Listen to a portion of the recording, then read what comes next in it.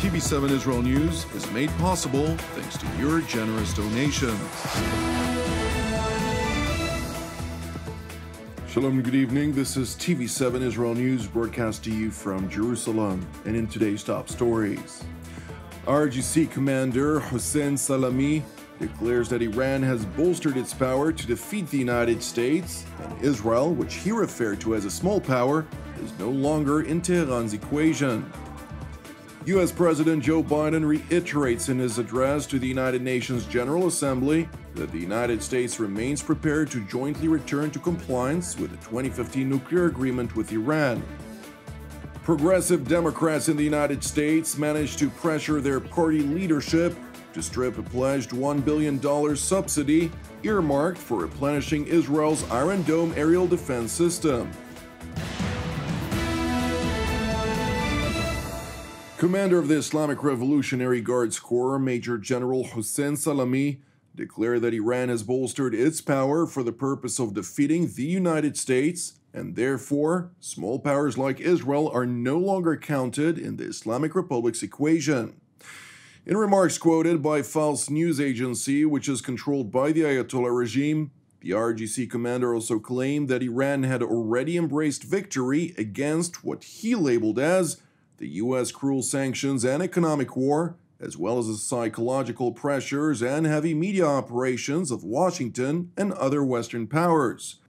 The report further cited Salami as saying, quote, "Today we no longer see a dangerous U.S., but we witness a failed, fleeing, and depressed U.S." It is important to underscore that the statements made by the IRGC commander were published in English. In contrast, in the Persian publication of false news agency, which focuses on Iran's domestic audiences, commander of the IRGC's Air Force, Brigadier General Amir Ali Hajizadeh, proclaimed that since the U.S. killed former IRGC Quds Force commander Qasem Soleimani, the blacklisted military arm of the Ayatollah regime had vowed to expel the United States from the region. General Hajizadeh further attempted to alleviate concerns over a potential Israeli strike on Iran's nuclear installations by insisting, quote, "The words of the Zionist regime and their threats are nothing but nonsense." The IRGC Air Force commander, who is directly responsible for multiple drone strikes throughout the region, went on to claim that the Jewish state is fragile and that the threats of war against Iran, especially after what the Iranian general perceived as Israel's inability to defend against Palestinian rocket fire directed at Israel's civilian communities, are hollow of substance and merely a waste of time. Rather, Hajizadeh stressed the Zionist regime must pack its bags and find an alternative place to live in, the United States, Alaska, or Europe. Turning to Yemen, where thousands of Iranian-backed Houthi tribesmen flooded the streets of the Yemeni capital Sana'a yesterday, marking the 7th anniversary since they managed, with Iran's financial and logistical support, to conquer much of the war-torn country. يوم العيد السابع لثورة 21 سبتمبر، هذا اليوم العظيم الذي أكد فيه اليمنيون أن القرار يمني وأن الثورة يمنية 100%. يخرجون في هذا اليوم ليرسلوا رسالة واضحة للعالم أجمع بأن ثورتهم مستمرة وأن ثورتهم جاءت ضد الاستكبار والطغيان العالمي، لن تتوقف حتى تستكمل أهدافها كاملة. There were fair two goals which the Houthi official mentioned are vocally recited and even adopted as a motto by the Iranian-backed organization, a formerly U.S.-designated terror group that was subsequently removed by the Biden administration on humanitarian grounds.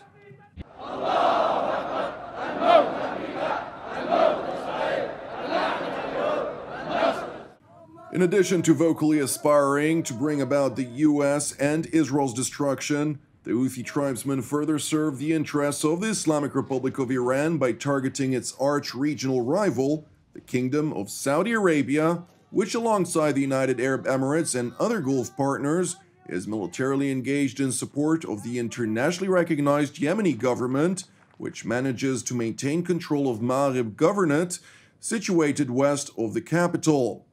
Another such cross-border attack was reported yesterday, when Saudi's aerial defense array managed to intercept 3 separate strikes by so-called suicide drones that were directed at the kingdom's Hamis Mushait, situated west of the city of Abha. In a retaliatory response, the Saudi Air Force launched multiple aerial strikes against Houthi positions that are encircling Ma'rib Governorate as part of an ongoing Houthi offensive. Turning to the United Nations headquarters in New York, where Iranian President Ibrahim Raisi addressed the annual summit of the General Assembly, during which he boasted in his country's claimed resilience in the face of U.S. sanctions, all the while reiterating the words of his predecessors, claiming that the Islamic Republic does not seek nuclear weapon capabilities, but rather it aspires for peace and effective interaction with all the countries of the world. آمریکا به اشتباه فکر می‌کرد ما مستعسل می‌شویم، اما ایستادگی ما جواب داده و همواره جواب خواهد داد. مقاومت هوشمند و پویای جمهوری اسلامی برآمده از عقلانیت راهبردی است. ما به وعده‌های دولت امریکا اطمینان نداریم. سیاست راهبردی جمهوری اسلامی ایران طبق فتوای رهبر عظیم‌الشأن انقلاب اسلامی حرمت تولید، ساخت و انباشت سلاح اتمی است. و سلاح اتمی هیچ جایگاهی در دکترین دفاعی و بازدارندگی جمهوری اسلامی ایران ندارد. جمهوری اسلامی ایران گفتگویی را مفید می‌داند که نتیجه آن لغو تحریم‌های ظالمانه باشد.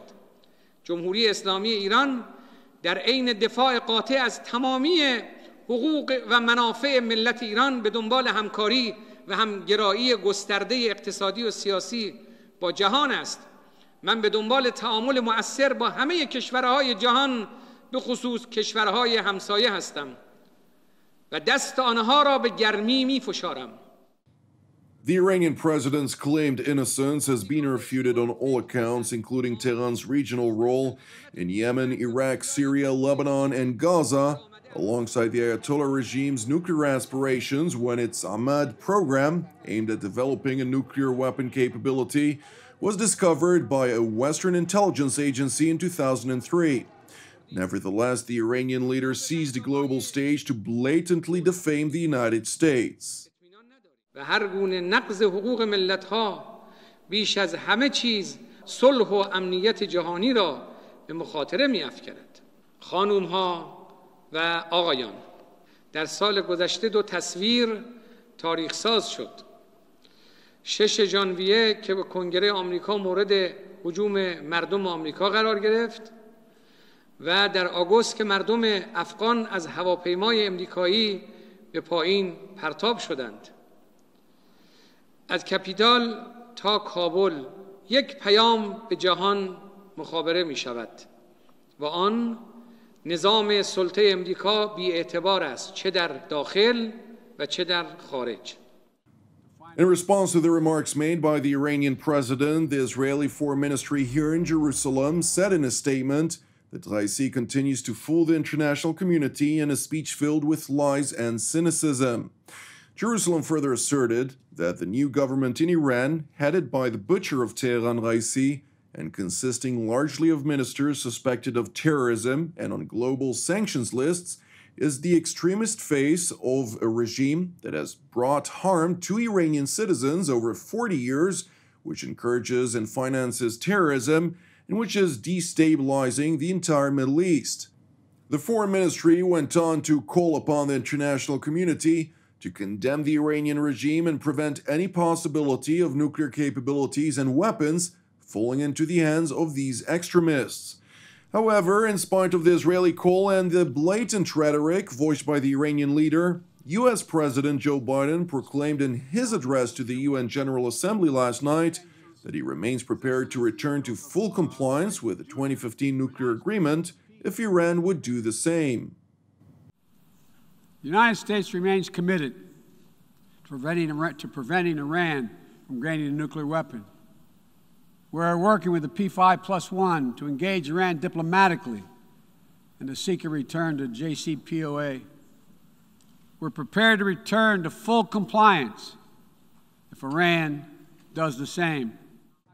The American leader further sought to allay Israeli concerns over the implications of reviving the nuclear deal. It also highlighted the need to revive a political process that would end the Palestinian-Israeli conflict. The commitment of the United States to Israel's security is without question, and our support for an independent Jewish state is unequivocal. But I continue to believe that a two-state solution is the best way to ensure Israel's future as a Jewish democratic state, living in peace alongside a viable, sovereign, and democratic Palestinian state. We're a long way from that goal at this moment, but we must never allow ourselves to give up on the possibility of progress. It is interesting to know that shortly following President Biden's address to the UN General Assembly, progressive members of his party, the Democratic Party, have managed to strip a $1 billion subsidy earmarked for the Pentagon's pledge to replenish Israel's Iron Dome anti-rocket defense system from a government funding package.